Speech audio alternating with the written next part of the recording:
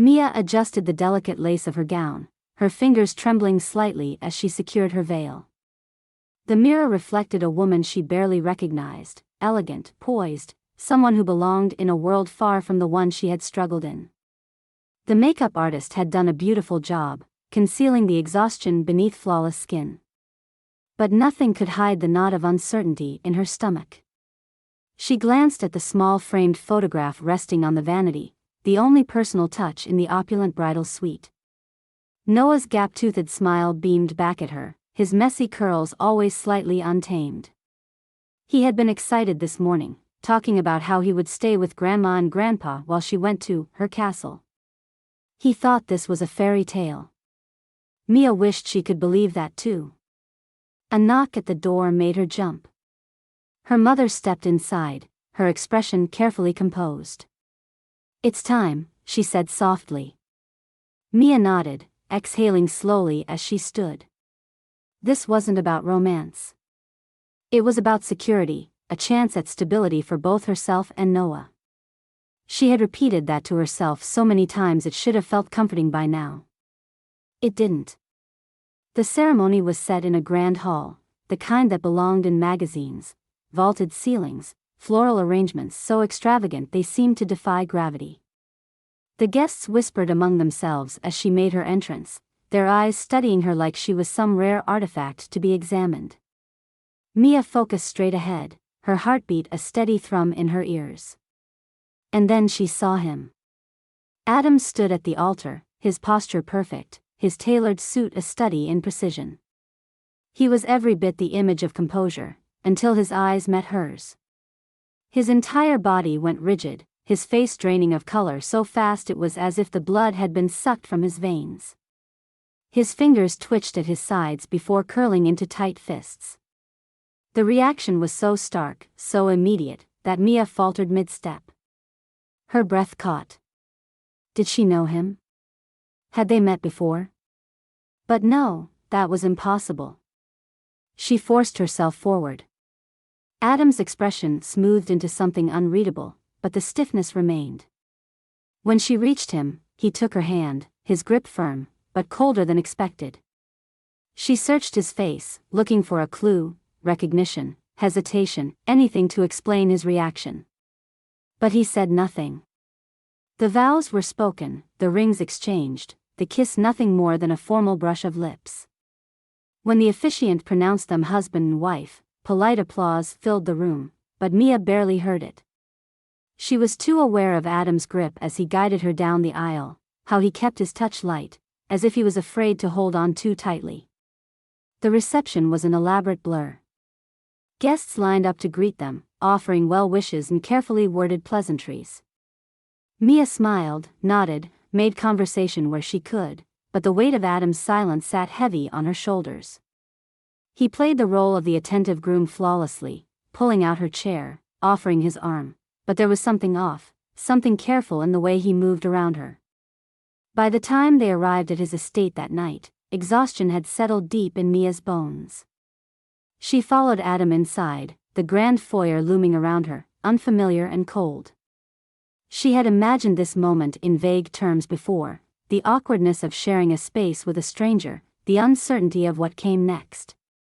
But she had never imagined this, Adam turning to her in the dim light, his jaw tight, his voice distant as he said, "I have some work to finish. Make yourself comfortable." Then he walked away. She stood frozen, watching as he disappeared down the hall, the soft click of a door closing behind him. Mia glanced around the cavernous space, its beauty doing little to quell the hollow feeling settling in her chest. There were no welcoming words, no gentle attempts at conversation. Just a study door closed between them and a silence that felt impossible to ignore. She reached up, pulling the pins from her hair one by one, letting them clatter onto the vanity. The dress felt heavier now, suffocating. She peeled it off carefully, draping it over the chair before slipping into something more comfortable. She sat on the edge of the bed, the sheets untouched, the room eerily still. In the quiet, she thought of Noah, probably curled up under a warm blanket at her parents' house, safe and unaware of the way his mother sat alone on her wedding night. She lay down, staring at the ceiling, listening to the distant sound of the grandfather clock ticking in the hallway. Adam never came to bed. Mia woke to an unfamiliar ceiling, the weight of the previous day pressing down on her before she could fully open her eyes.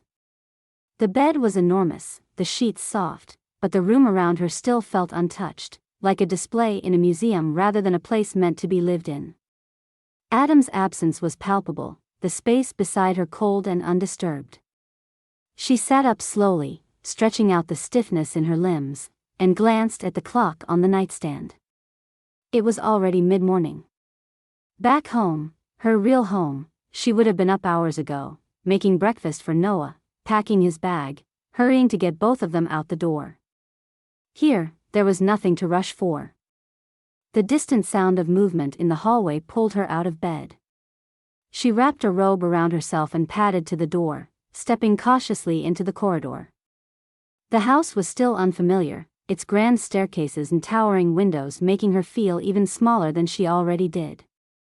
From the foyer below, voices drifted upward, the deep murmur of Adam's tone unmistakable. Then, a higher-pitched giggle, unmistakably Noah's.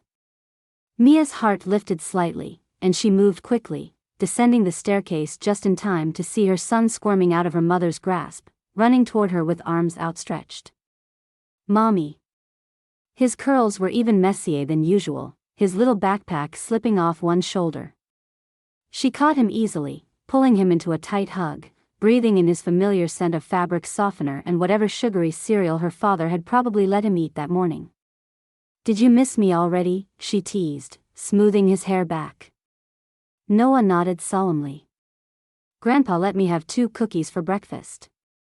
Mia shot a glance at her mother, who only shrugged in response.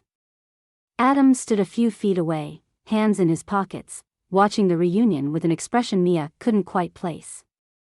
He looked tired, but not in the way of someone who had stayed up too late working.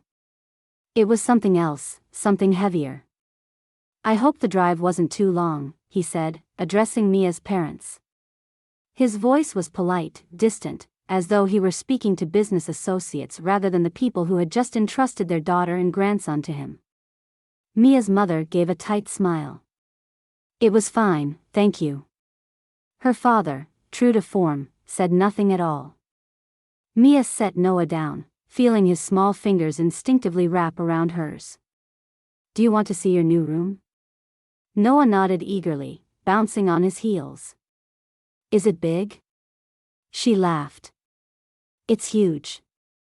She led him up the staircase, the tension in the foyer trailing behind her. Noah chattered about everything he had done at Grandma and Grandpa's house, how he had helped water the plants, how he had drawn a picture of their new house but ran out of paper before he could finish all the windows. As they reached the second floor, Mia noticed something unusual. A handful of staff members were moving quickly down the hallway, carrying framed portraits, decorative vases, and other household items Mia hadn't even had time to take in yet. She slowed her pace, watching as a painting of a woman in a flowing dress was carefully lifted from the wall, its outline left starkly bare against the wallpaper. Another staff member carried an ornate clock, its ticking now absent from the otherwise silent corridor. Something about it made her uneasy. She tightened her grip on Noah's hand and approached the housekeeper, a middle-aged woman with sharp, efficient movements and an air of quiet authority. "Excuse me," Mia said, keeping her voice light. "What's going on?" The woman hesitated, glancing at the nearest footman, who kept his eyes fixed firmly on the floor. "We're just doing some tidying, ma'am," she finally said, avoiding Mia's gaze. Mia glanced at the line of staff disappearing around the corner, their arms full of artwork, decorative objects, and, if she wasn't mistaken, photographs. "All of this is being moved." The housekeeper offered a tight nod. "Just a bit of rearranging." Mia's stomach twisted. She had lived in enough houses, enough cramped apartments, to know that no one rearranged an entire section of a home the day after a wedding unless they were trying to erase something. She looked down the hallway, her attention catching on a door she hadn't noticed before. It was slightly ajar, and through the small opening, she could see one of the paintings being placed inside. Mia let go of Noah's hand. Just a second, sweetheart. She walked toward the door, her steps quick and quiet. Before anyone could stop her, she placed her fingers against the wood and pushed, opening it fully. The room beyond was dimly lit, heavy curtains drawn across the windows. A long table sat against one wall, now cluttered with items that had been taken from the halls. Portraits leaned against the furniture, their subjects obscured by the angle at which they had been placed. Mia stepped inside, scanning the space, trying to make sense of what she was seeing. There were photographs here, framed and carefully wrapped in cloth, as if they had been packed away in a hurry. She moved toward one, reaching out, but before her fingers could brush against the frame, a shadow shifted in the doorway. Mia. Adam's voice was quiet, but it stopped her as effectively as a locked door. She turned to face him, searching his expression for answers, but his face remained unreadable. He stood just outside the threshold, his posture relaxed but his eyes sharp. "What is this?" she asked. For a moment, she thought he might tell her. That he might give her some reasonable explanation. But instead, he exhaled slowly, stepped forward, and shut the door between them, the lock clicking into place. Mia stared at the door, her pulse pounding. Something was being hidden from her.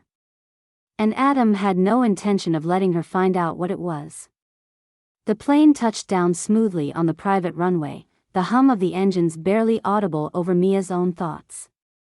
Outside the window, the sky was an impossible shade of blue, the kind that belonged in postcards, the kind she had never seen in real life. A sleek car waited at the edge of the tarmac, its polished exterior gleaming under the sun. Adam helped her out of the plane, his hand warm against the small of her back. He had been like this all day, attentive, gentle, the very image of a man thrilled to be with his new wife. He hadn't let go of her hand since they left, making sure she was comfortable, checking if she needed anything. Mia had expected awkwardness, maybe even coldness. But instead, Adam had been nothing short of perfect. And she was beginning to wonder if she had imagined everything, the tension at the altar, the locked room, the way he had disappeared into his study that night. Maybe she had read too much into it. Maybe this was what marriage was supposed to be, two strangers trying to make something work, finding their way to each other. The car ride to the resort was silent in a pleasant way. The kind of silence that wasn't heavy or strained, but easy. Adam seemed relaxed, his arm draped over the center console, his eyes flicking to her every so often, as if to check that she was still real. The resort itself was breathtaking, private bungalows stretched along the shoreline, nestled between towering palm trees. The staff greeted them warmly, already knowing their names, already prepared with champagne and soft, chilled towels. Everything was effortless, every detail seamless. Their bungalow sat on the edge of the water, a villa with walls that opened directly onto a private beach. The interior was an impossible combination of luxury and comfort, plush sofas, floor-to-ceiling windows, and a bed so inviting Mia almost wanted to sink into it immediately. Adam stood behind her as she took it all in, his presence steady and close. "Do you like it?" he asked. She turned to face him, his expression unreadable but expectant, like he genuinely cared about her answer. "It's beautiful," she said honestly. He smiled, small but real. "Good." That first evening, they had dinner on the beach, a long table set with candles and fresh seafood, the waves lapping gently in the background. Mia let herself enjoy it, let herself sink into the version of this marriage that made sense, the version where Adam was kind and thoughtful, where he wasn't locking doors and going pale at the sight of her. He asked about Noah, about her life before this, his interest genuine, his questions never prying. She told him about the late nights balancing work and motherhood, about how Noah insisted on wearing mismatched socks because he claimed it made him run faster. Adam listened. Really listened. And by the time they finished dessert, Mia found herself smiling without thinking, laughing at something he had said. After dinner, they walked along the beach, the air warm and soft around them. Mia's dress fluttered against her legs, the sand cool beneath her bare feet. Adam walked beside her, their hands brushing every so often, the space between them narrowing without either of them realizing. At one point, she stopped, turning to face the ocean, the vast openness of it stretching endlessly before her. "This doesn't feel real," she admitted. Adam's voice was quiet when he spoke. "What part?" She hesitated. "All of it." A pause. Then, "Does that bother you?" Mia exhaled, unsure of what she meant, what she felt. She looked at Adam, really looked at him, the way the moonlight softened the sharp edges of his face, the way he stood beside her, patient, waiting. "No," she said finally. "It doesn't." The days that followed were easy in a way she hadn't expected. Adam was attentive without being overbearing, charming without being insincere. He touched the small of her back when they walked, pulled out her chair at dinner, made sure she never lifted a bag or a plate or anything heavier than a cocktail glass. Mia had never been taken care of like this before, had never had someone put her comfort above their own. And she found herself letting him, found herself falling into the rhythm of this new life. They spent afternoons on the water, sailing along the coastline, the sun painting golden streaks across their skin. In the evenings, they had dinners under the stars, conversations stretching long into the night. Mia caught herself watching Adam when he wasn't looking, trying to figure out who he really was, where the man from that locked study had gone.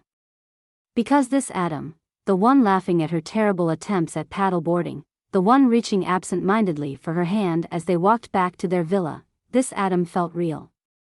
One night, they danced. Not because there was music, not because it was planned, but because Adam had reached for her, pulling her close as they stood on the balcony, the sound of the ocean their only backdrop. Mia had placed a hand on his shoulder, hesitant, unsure. But then he had rested his forehead against hers, his breath warm against her skin, and something inside her shifted. She closed her eyes, allowing herself this moment, allowing herself to believe that maybe, just maybe, this could work. The wedding night felt like something that had happened to someone else, in another life. Mia started to believe she had imagined it. Mia hadn't expected the transition into married life to be seamless, but it was easier than she thought. Or maybe it only felt that way because of Noah. He had adjusted to the mansion as if he had been waiting for it his whole life. He ran down the long hallways with uncontainable energy, pressed his face against the windows to watch the rain, and stood in awe of the enormous library that Adam had barely set foot in. The household staff adored him, slipping him extra cookies after lunch, letting him follow them around as they did their work. He had already learned the name of the gardener, the head housekeeper, and the cook, who pretended not to notice when he stole strawberries from the kitchen. Mia was grateful for it. For how naturally Noah had settled in. It made things feel less foreign, less like she was living someone else's life. And Adam was steady, polite, exactly as he had been during their honeymoon. He was always present, always kind, always exactly where he was supposed to be. There were no locked doors now, no distance between them, nothing to remind her of that first night in the house when she had felt like nothing more than an obligation. But something wasn't right. She noticed it at the first event they attended together. A charity gala, filled with the kind of people Mia would have once watched from a distance, feeling like she had accidentally wandered into the wrong world. But now, she was one of them, or at least, she was supposed to be. She had taken her time getting ready, carefully selecting a dress, ensuring every detail was perfect. When she stepped into the ballroom on Adam's arm, she felt confident, or at least convincing. And then, the whispers started. It wasn't immediate. It was subtle, a shift in the air. A glance too long, a murmur behind a raised champagne flute. At first, she thought she was imagining it. But as the night stretched on, she couldn't shake the feeling that people weren't just looking at her, they were reacting to her. A woman in emerald green nudged her friend. A man across the room frowned slightly before schooling his features. A group of younger women whispered behind their hands before lowering their gazes when Mia met their eyes. She kept her expression neutral, lifting her chin just slightly higher, refusing to let it bother her. It had to be in her head. Maybe it was just that she was new, that Adam had married someone no one expected. Maybe they were just curious. But the longer it went on, the more it settled into something else. Not curiosity. Not interest. Something closer to disbelief. By the time the night was over, Mia had checked her reflection in every available surface: mirrors, windows, the gleaming finish of a serving tray. Everything was in place. Her dress was perfect, her makeup untouched, her hair still exactly as it had been when she left the house. There was nothing wrong. And yet, the feeling didn't go away. She told herself it was nothing. That she was overthinking it. That it had been a long night, filled with too many new faces, too many introductions, too many polite conversations where people pretended to care about her background but only truly cared about how she had ended up here, married to a man like Adam Whitmore. But then it happened again. A luncheon with the wives of Adam's business associates. A museum fundraiser. A small gathering in their own home. Every time, the same thing. The glances. The hushed voices. The undeniable sensation that, whoever they had expected to see standing beside Adam, it wasn't her.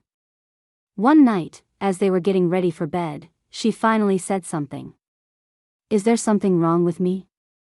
Adam, already halfway through unbuttoning his cuffs, froze for just a second. It was quick, almost imperceptible. "What do you mean?" Mia met his gaze in the mirror, watching his reflection as carefully as she could. "I mean, every time we go somewhere, people look at me like," she hesitated. "Like I'm not supposed to be there." His expression didn't change. He took his time with his answer, finishing with his cuff before turning to face her fully. "People are adjusting," he said finally. "They're not used to seeing me with someone. And you're beautiful. It's natural that you would draw attention." It was a perfect response. Too perfect. Like something he had rehearsed. She forced a smile. "So, you don't think it's something else?" He stepped closer, lifting his hand to brush a loose strand of hair behind her ear. His touch was warm, familiar. It made her want to believe him. "You're perfect," he murmured. "People are just jealous." She wanted to believe that too. But the next week, she went to the grocery store alone. And the whispers followed her there, too. Mia hadn't planned to bring it up again. She had told herself it wasn't worth it, that she was overthinking, that Adam was probably right.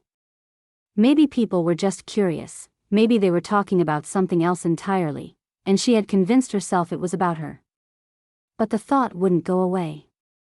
It sat in the back of her mind like a stone in her shoe, small enough to ignore but impossible to forget.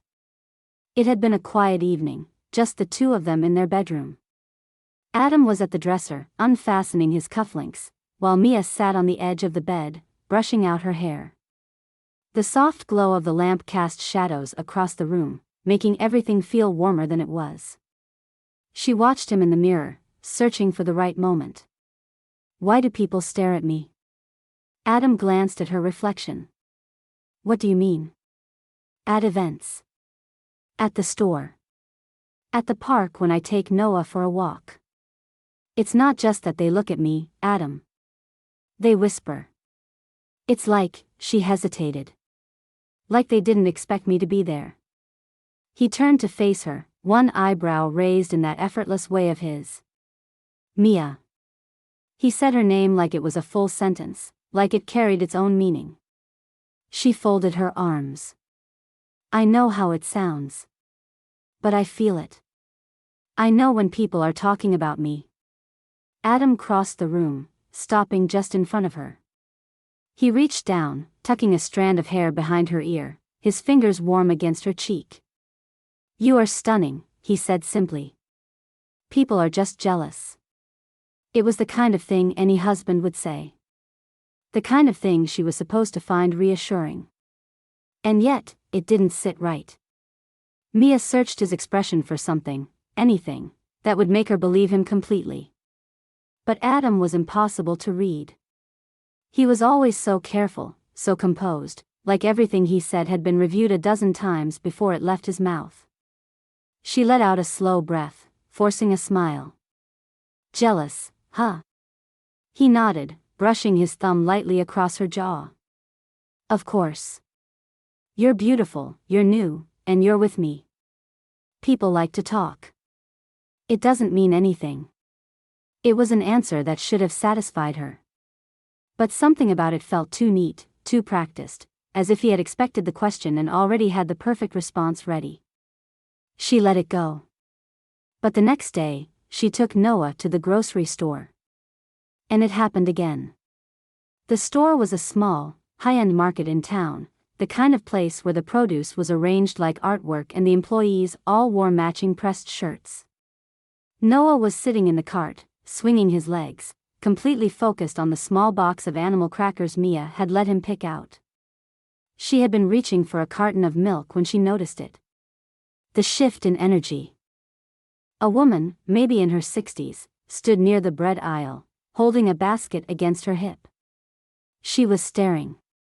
Not in the polite, absent way people sometimes did in public, but directly. Intently. Mia gave her a small smile before turning back to her cart. "Excuse me," the woman said. Mia hesitated, then looked back. "Yes?" The woman opened her mouth, then closed it again, as if she wasn't sure how to say what she wanted to say. Mia glanced down at her outfit, smoothing her hand over her blouse. Nothing was out of place.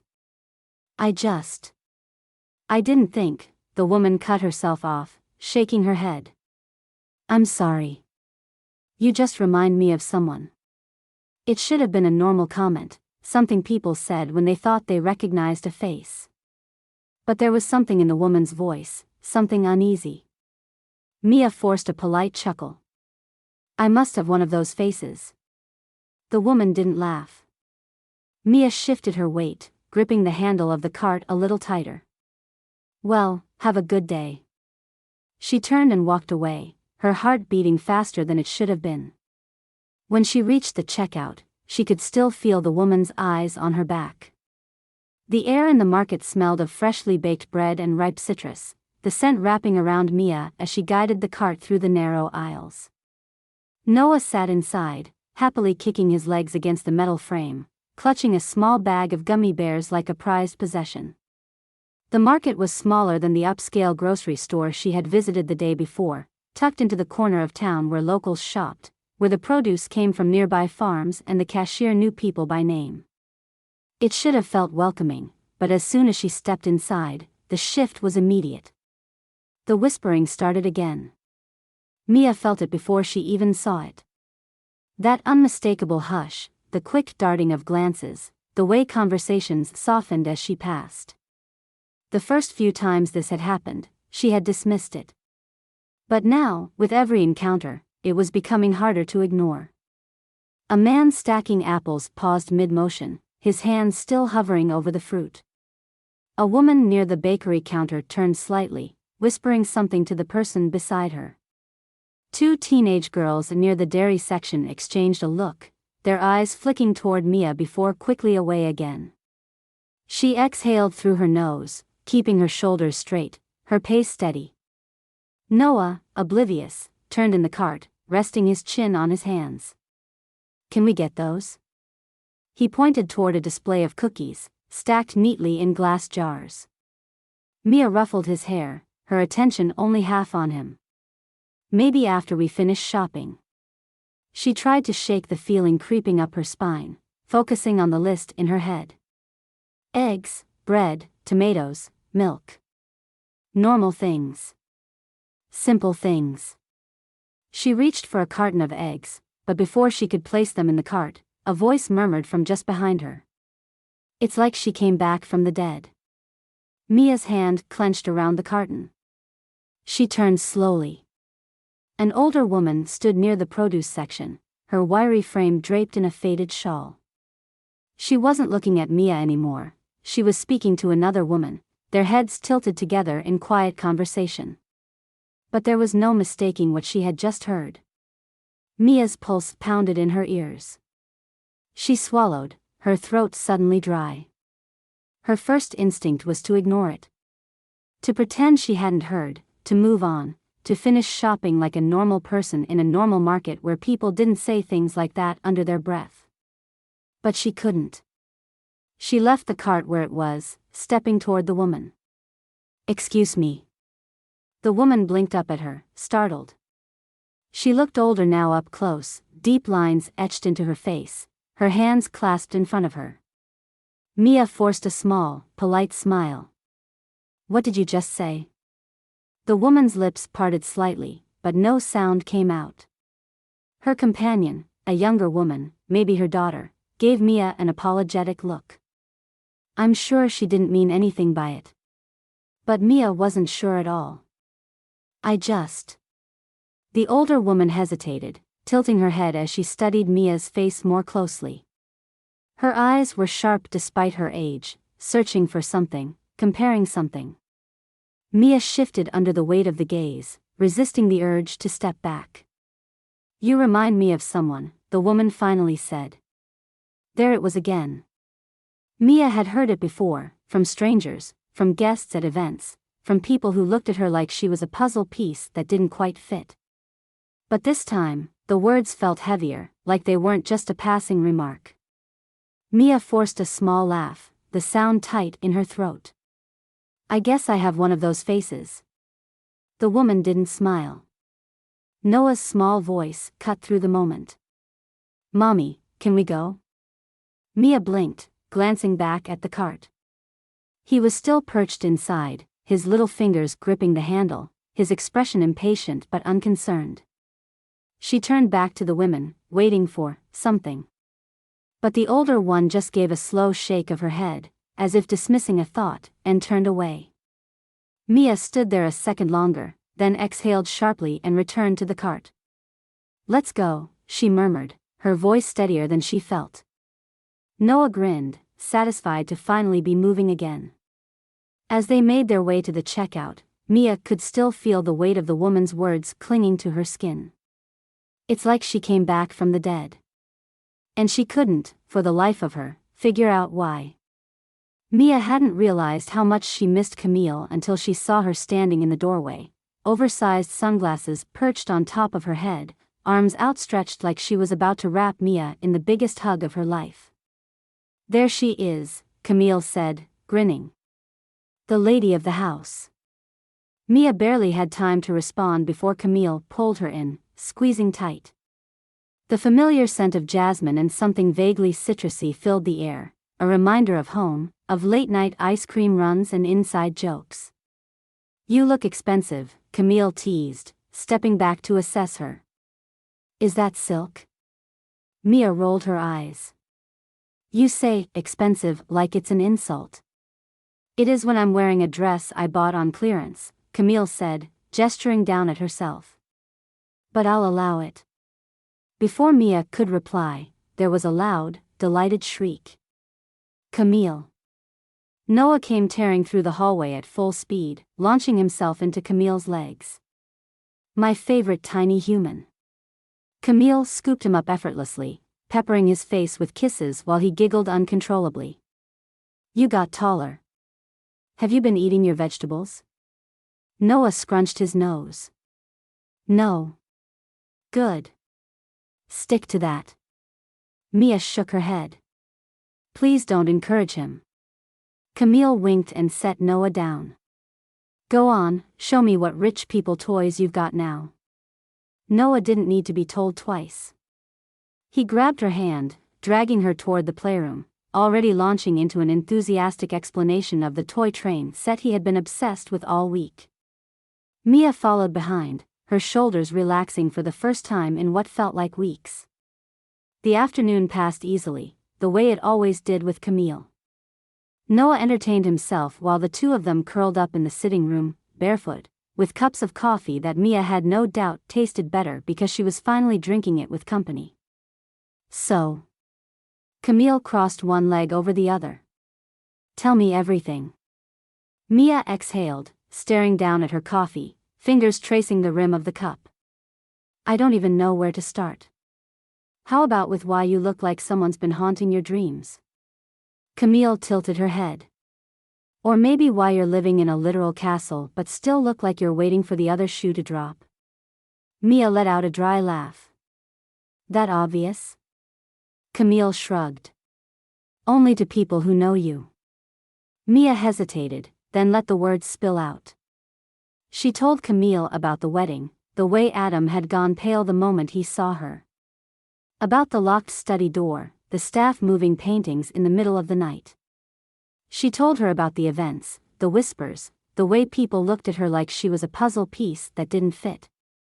And then the market, the woman's voice, the words she couldn't get out of her head. Camille listened without interrupting, her face unreadable, her coffee untouched. When Mia finished, there was a beat of silence. Then Camille leaned forward, setting her cup down on the table.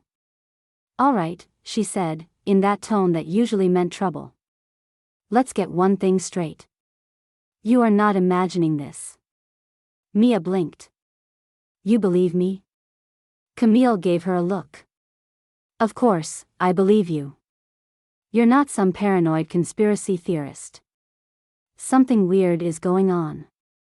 Mia let out a breath she hadn't realized she was holding. Camille tapped her fingers against her knee. You said they were moving paintings and stuff into a locked room? Mia nodded. The morning after the wedding. I asked the housekeeper, but she wouldn't say anything. Adam caught me near the room, and he just closed the door. Locked it. Like I wasn't supposed to see. Camille's eyes gleamed in a way that Mia recognized immediately. No, Mia said. Yes, Camille said. You're not going to. I am absolutely going to investigate. Mia groaned, rubbing a hand over her face. Camille. What? You want answers, don't you? Camille leaned in, her voice dropping to a whisper. Just let me poke around a little. I'll be subtle. You know me. That is exactly why I'm worried. Camille grinned. You married into a mystery, babe. You need someone willing to stir the pot. Mia sighed. Just, don't get caught. Camille smirked. Who, me? Never. Camille had always been good at talking to people. It was a skill, really. The kind that made her the person you wanted at dinner parties, the one who could charm an entire table without even trying. She had a way of making people feel at ease, of getting them to spill secrets they didn't even know they were holding. And right now, she was using that skill on the staff of Adam Whitmore's impossibly large estate. She started in the kitchen. Kitchens were always the heart of a house, no matter how grand. If you wanted to know what was really going on, you started with the people who fed everyone. The cook, a kind-faced woman in her late 50s, was slicing carrots with the efficiency of someone who had been doing it for decades. Camille leaned against the counter, watching with open admiration. That smells amazing, Camille said, gesturing toward the simmering pot on the stove. The cook gave a pleased smile. Braised short ribs. Mr. Whitmore likes them this way. Bet he does, Camille said, reaching for a slice of carrot from the pile. The cook swatted at her hand, but she was smiling. They talked about food for a while, easy, comfortable conversation. Camille threw in a story about a disastrous attempt at making soufflé, which got the kitchen staff laughing, and just like that, she was one of them. And then, once they were at ease, she slid the question in casually. So, has it been weird? Adjusting to a new mistress of the house? The room went just a little quieter. The cook wiped her hands on a towel. She's very sweet, she said, a little too carefully. She is, isn't she? Camille smiled. Bet it was a rush getting the house ready for the wedding. There was a pause, slight but noticeable. Oh, you know, the cook said, turning back to her pot. Just the usual preparations. Camille didn't press. Not yet. Instead, she moved through the house, stopping here and there, chatting with whoever she could find. The younger maid polishing the banister. The housekeeper organizing linens. A footman carrying fresh flowers into one of the guest rooms. And she started to see the pattern. Every time she brought up the wedding, the energy in the room shifted. No one said anything outright, but they all hesitated. Just for a second, just long enough for Camille to know there was something there. Finally, she caught one of the younger maids alone in the laundry room. "All right," Camille said, leaning against the doorframe. "Tell me the truth. Something's weird, isn't it?" The girl, couldn't have been more than 20, froze mid-fold, her hands gripping a freshly pressed sheet. I don't know what you mean." Camille raised an eyebrow. "Come on. You don't have to tell me everything. Just give me something." The girl bit her lip, glancing toward the door like someone might overhear. "After the wedding," she said, voice barely above a whisper, "Mr. Whitmore ordered things to be removed." "What things?" The girl shook her head. "Portraits. Photographs. Personal items." Camille's stomach did something unpleasant. "Why?" "I don't know," the girl whispered. Camille studied her. She was telling the truth. Or at least, as much of it as she knew. She nodded, stepping back. "Thanks." The girl hesitated, then gave her a small, knowing look. "You should ask Mrs. Whitmore," she said softly. "But I think she already knows something is wrong." The market was busier than usual, filled with the hum of conversation and the scent of fresh herbs and warm bread.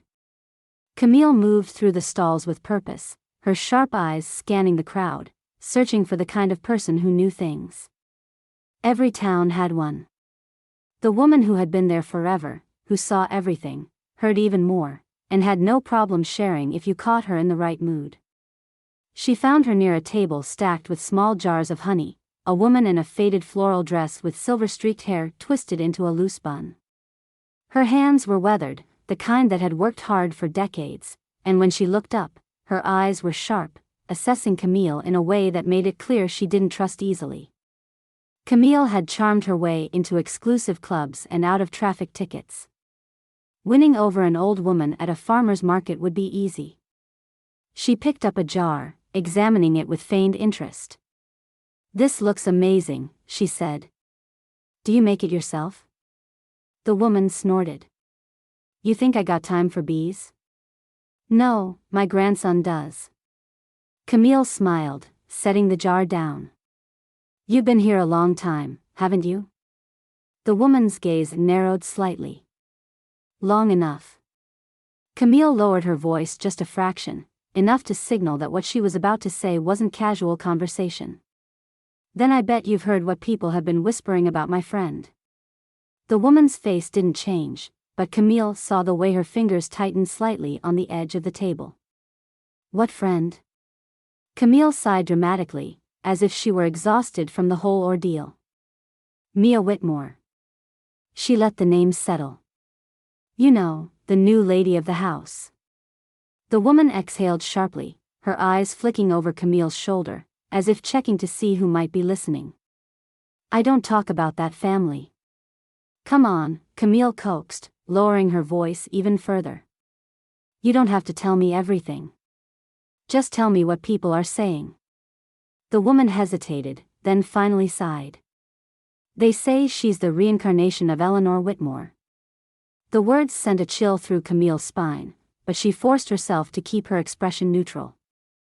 "Reincarnation," she repeated, like it was some ridiculous gossip, like she wasn't already feeling a weight settle in her chest. The woman nodded, crossing her arms. "The way she looks. The way he reacted at the wedding.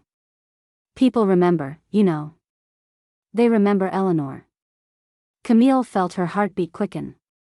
"What happened to her?" The woman exhaled through her nose. "She died. That's all anyone needs to know." Camille tilted her head. "Then why are people looking at Mia like they've seen a ghost?" The woman didn't answer, just shook her head. Camille knew when to push and when to walk away. She gave the woman a polite nod, turned, and forced herself to walk back through the market at a normal pace, even though every nerve in her body told her to run. By the time she reached Mia's house, her hands were shaking. Mia was in the sitting room, curled up on the couch with a book, Noah playing with his toy cars on the floor beside her. She looked up the moment Camille stepped inside, her brows pulling together. "What?" she asked immediately. "What happened?" Camille sat down, gripping the edge of the coffee table. "Mia," she said carefully, "who was Eleanor Whitmore?" Mia went still, the color draining slightly from her face. "That was Adam's fiancée," she said slowly. "The one who died." Camille nodded, heart pounding. "People think you're her." Mia's lips parted slightly. "What?" "They're saying you're the reincarnation of Eleanor." Camille leaned in, her voice low. "Mia, they look at you like you're her because you look like her." "Exactly like her." Mia's hands trembled slightly as she reached for the book she had set down. She didn't open it. Just held it, as if grounding herself. "Adam never told me that," she whispered. Camille swallowed. "Maybe he didn't want you to know." Noah was lying on his stomach, humming to himself as he lined up his toy cars in careful rows.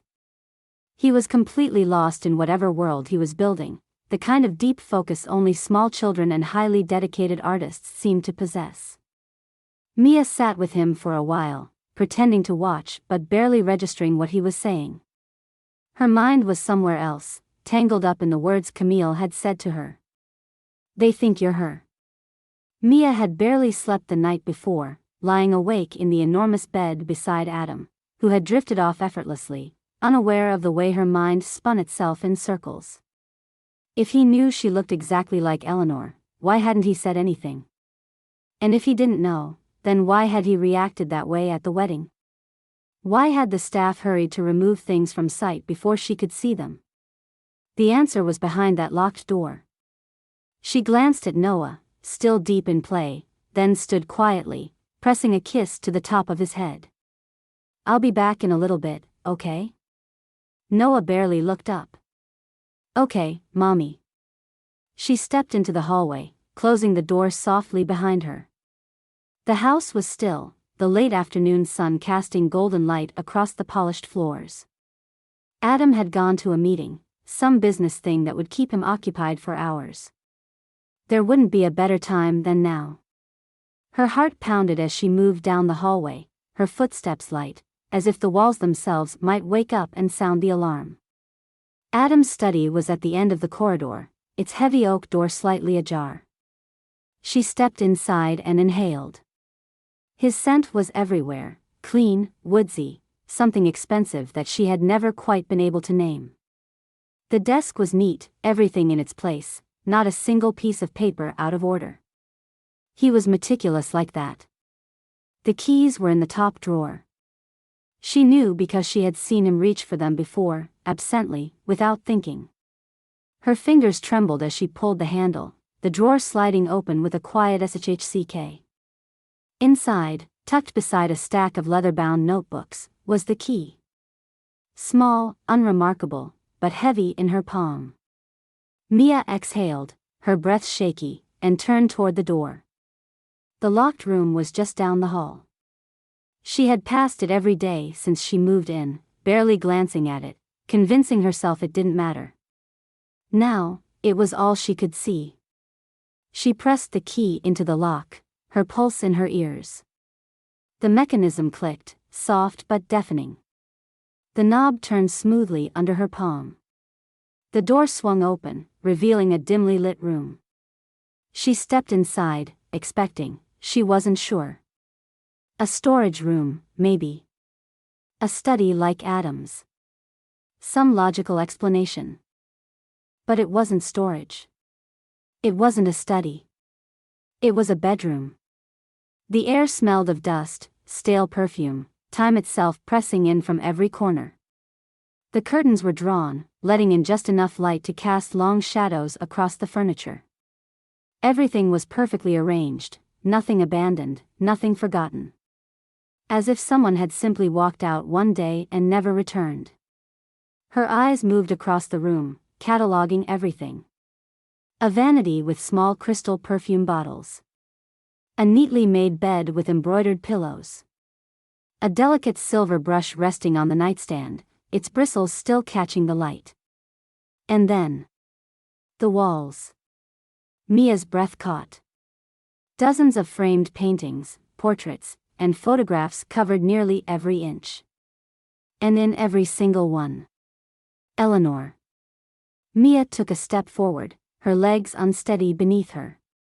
It wasn't just that Eleanor was beautiful. It wasn't just that she had the kind of face that belonged in oil paintings and delicate black and white photographs. It was that Eleanor was her. Same dark eyes. Same cheekbones. Same delicate curve of her mouth. Mia gripped the edge of the vanity, trying to steady herself, but the room felt like it was tilting, the weight of what she was seeing pressing down on her. Eleanor Whitmore wasn't just Adam's late fiancée. She was Mia's mirror image. And Adam had never said a word. Mia didn't remember walking back to their bedroom. She didn't remember locking the door behind her or setting the key back where she found it. All she remembered was the way her hands trembled as she unzipped her dress, how her reflection in the mirror didn't look like her anymore. It looked like her. Noah had already fallen asleep hours ago, curled up in his bed without a care in the world. Mia wished she could borrow that kind of peace, that easy certainty that everything was safe, that everything was fine. But nothing felt fine. She sat at the edge of the bed, staring at the patterns in the carpet, waiting. The clock on the nightstand ticked away the hours until she heard the front door open. Adam was home. Her body went rigid as she listened to the sound of him moving through the house, his footsteps calm, measured. He wasn't expecting anything. He had no idea what was waiting for him upstairs. A few moments later, the bedroom door opened. Adam stepped inside, pausing when he saw her sitting there in the dim light. His tie was loose around his neck, his hair slightly tousled from running his fingers through it. "You're still up?" His voice was soft, warm, as if they were just any other couple ending the night together. Mia's nails dug into her palms. "Why didn't you tell me?" Adam stilled. "Tell you what?" She lifted her head slowly, meeting his gaze. "That I look exactly like her." For a second, he didn't move. The air in the room seemed to shift, growing heavier, thicker, like the walls were closing in. "Mia," he said carefully, but she wasn't done. "I saw the room, Adam. The locked one." She stood, crossing the space between them, her heart hammering so hard it almost drowned out her voice. "I saw the paintings. The photographs. I saw her." His jaw tightened. She let out a breath that shook. "I don't just resemble Eleanor. I am her. I don't know how that's possible, but I saw it with my own eyes." Adam closed his eyes for half a second, and when he opened them again, she saw it. The thing she had been waiting for since the moment she lifted her veil at the wedding. The truth. "I didn't know," he admitted finally, his voice quieter now. "Not until I saw you." Mia's stomach turned. "I had no idea who you were before the wedding," he said, running a hand down his face. "I agreed to the arrangement because it was practical. But then," he exhaled sharply. "Then you walked down that aisle, and it was like I had seen a ghost." She swallowed hard. "So you locked everything away?" His shoulders dropped slightly. "I couldn't stand to look at it." Mia let out a sharp, bitter laugh. "Because of how much you missed her?" Adam hesitated. "Because it didn't make sense. Nothing about this made sense." She shook her head, trying to put the pieces together, but none of them fit. "Did you ever plan on telling me?" Adam's throat bobbed as he swallowed. "I didn't know how." Mia felt something inside her crack, something she wasn't sure could be put back together. Her voice was barely above a whisper. And now? Adam took a step toward her, hesitated. I don't know. That was the worst part. He still didn't know. She turned away before he could see the tears burning at the back of her eyes. Then I guess neither do I. Mia moved through the house like a guest who had overstayed her welcome. She ate meals without tasting them, smiled at the staff when necessary, played with Noah in the afternoons, and went to bed each night lying as close to the edge as possible, an entire ocean of space between her and Adam. She barely spoke to him. Adam noticed, of course. He wasn't oblivious. He watched her carefully at dinner, waiting for her to meet his gaze, but she never did. When he reached for her hand absent-mindedly in the hallway, she tucked it into her pocket. When he said her name softly before bed, she pretended not to hear. He didn't push, not at first. Maybe he thought giving her space would fix things. Maybe he thought that if he was patient, she would wake up one morning and everything would be fine, that she would forget about the locked room, the paintings, the fact that she was living in a marriage where she had never been truly chosen. She wasn't going to forget. Days stretched into weeks, the silence between them growing heavier with each one. One evening, Mia found herself in the library, a book open on her lap that she had been pretending to read for over an hour. She wasn't even sure what page she was on. The fire crackled softly beside her, the warmth barely reaching her skin. Adam stood in the doorway. He had been there for a while, she realized. Watching her. I'm going to bed, she said, closing the book and standing before he could speak. His voice was quiet. Mia. She didn't stop. He followed her into the hallway, his footsteps careful but insistent. Are you ever going to talk to me? Mia's fingers curled around the book in her hands. I don't know, she said honestly. Adam exhaled. I know I hurt you. Mia let out a hollow laugh, one that didn't even sound like her.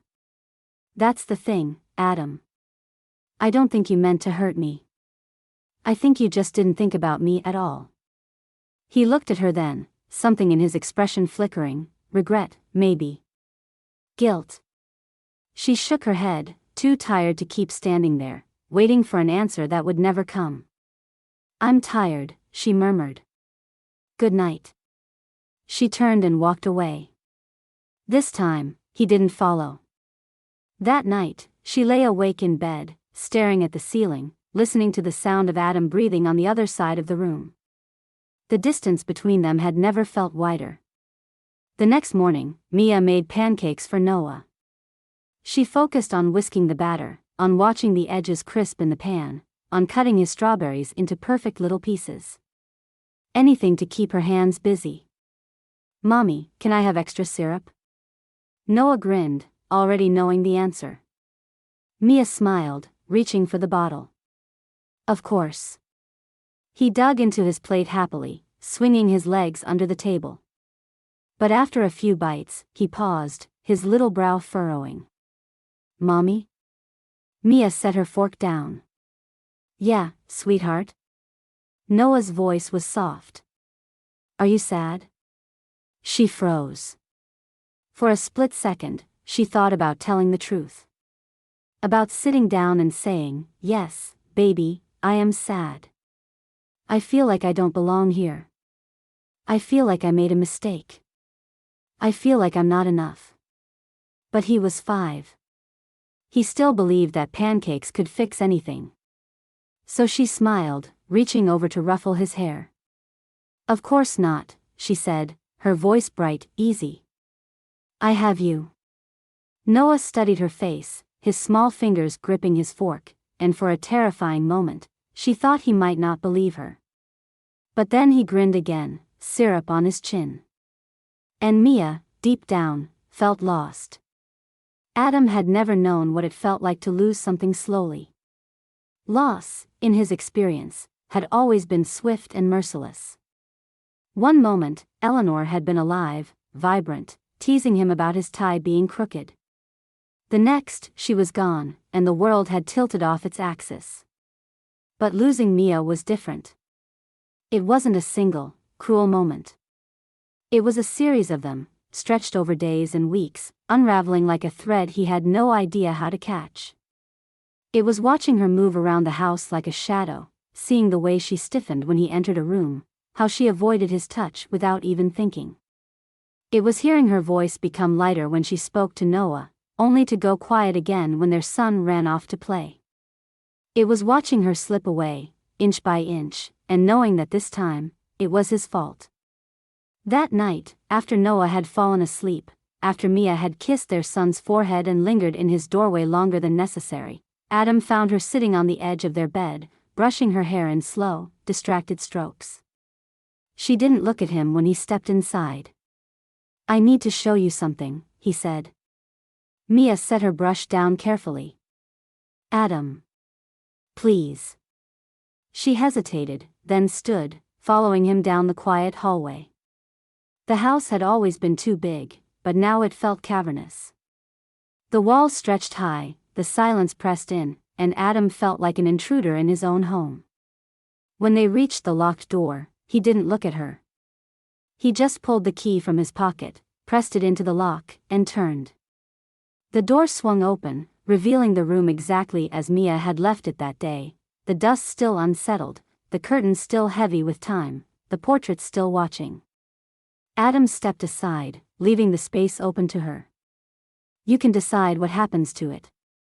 Mia stared at the room, her expression unreadable. She didn't move closer. She didn't step inside. She stood in the doorway, gripping the frame like it was the only thing keeping her upright. Then, without a word, she turned and walked away. Adam stood there, watching her disappear down the hall, the ache in his chest deepening. Later that night, after she had gone to bed, he walked back to the room alone. He didn't hesitate. He didn't second-guess himself. One by one, he took the paintings from the walls. He carried the portraits, the photographs, every last reminder of Eleanor out onto the stone path in the back garden. And then he set them on fire. The flames flickered high, consuming the faces, the memories, the pieces of a past that had already been stolen from him once. Smoke curled into the night sky, and Adam watched it rise, his hands clenched at his sides, the heat licking at his skin. When it was over, when all that was left was glowing embers and ash, he turned back toward the house. Mia was standing at the window, watching. But she didn't look away. Adam didn't expect anything to change overnight. Mia still moved carefully around him, her walls not as solid as before, but still there. She was no longer pulling away, but she wasn't stepping toward him either.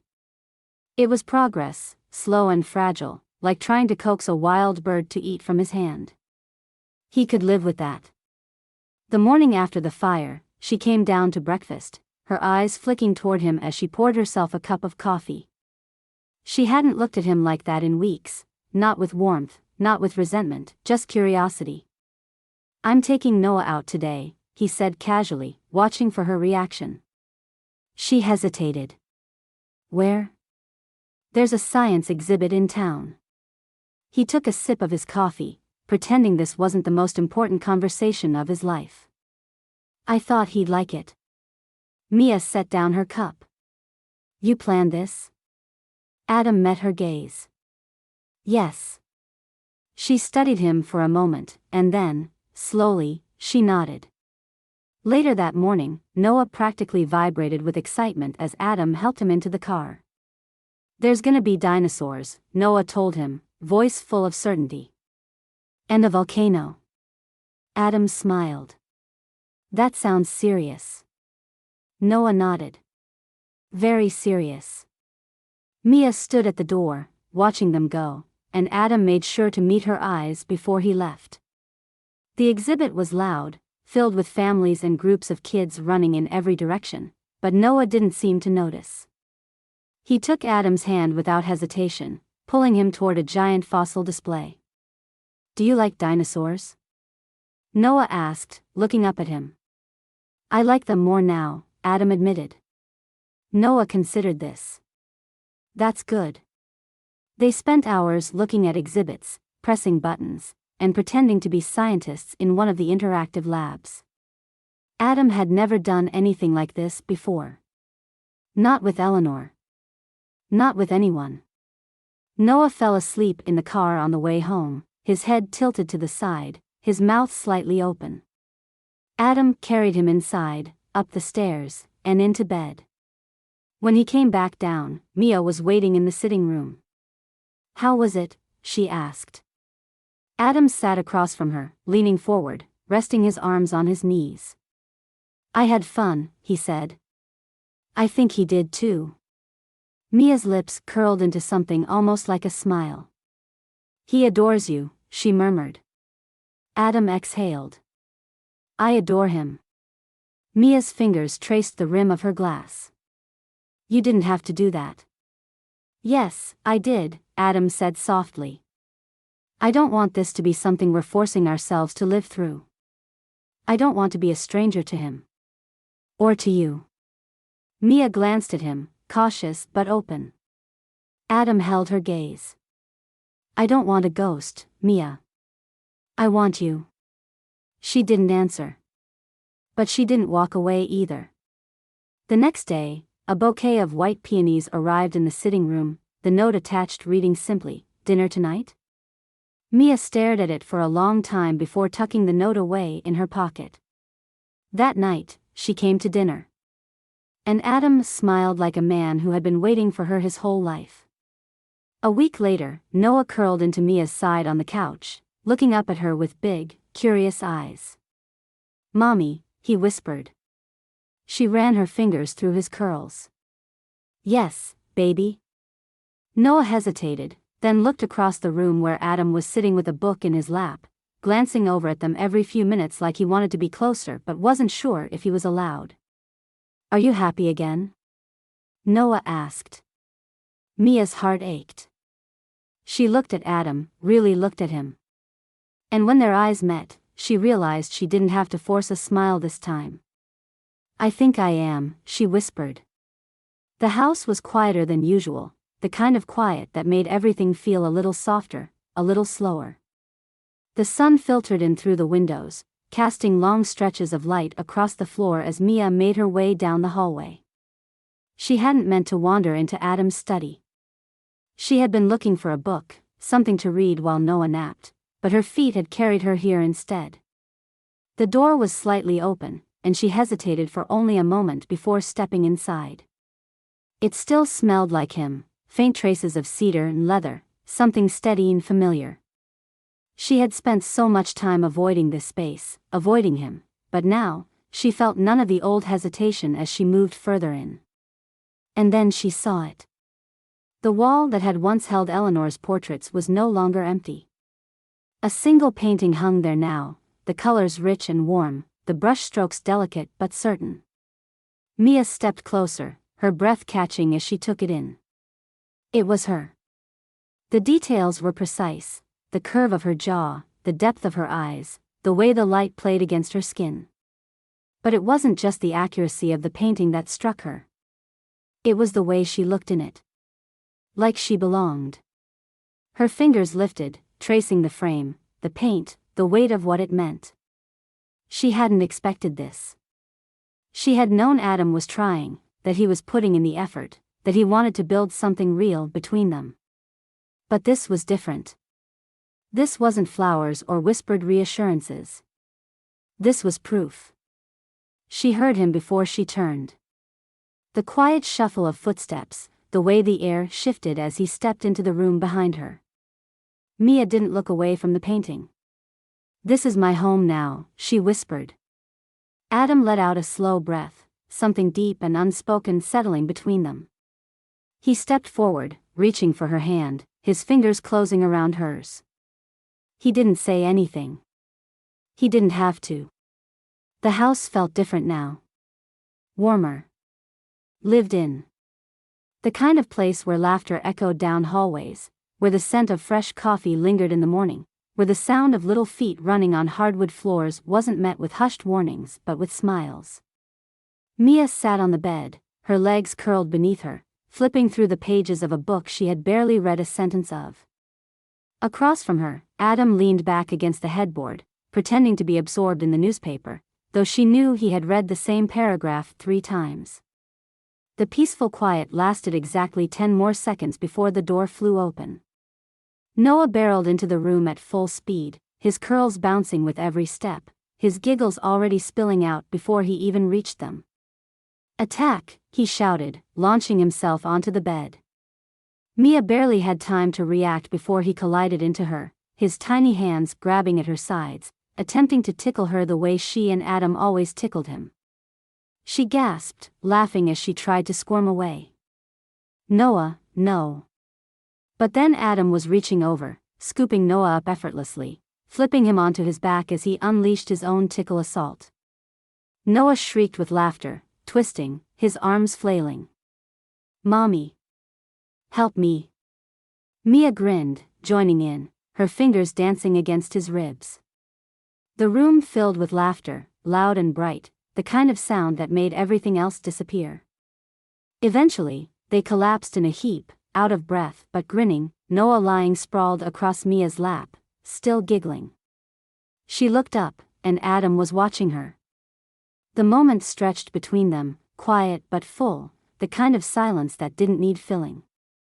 This wasn't a marriage of duty anymore. It was a love story. One they had built together.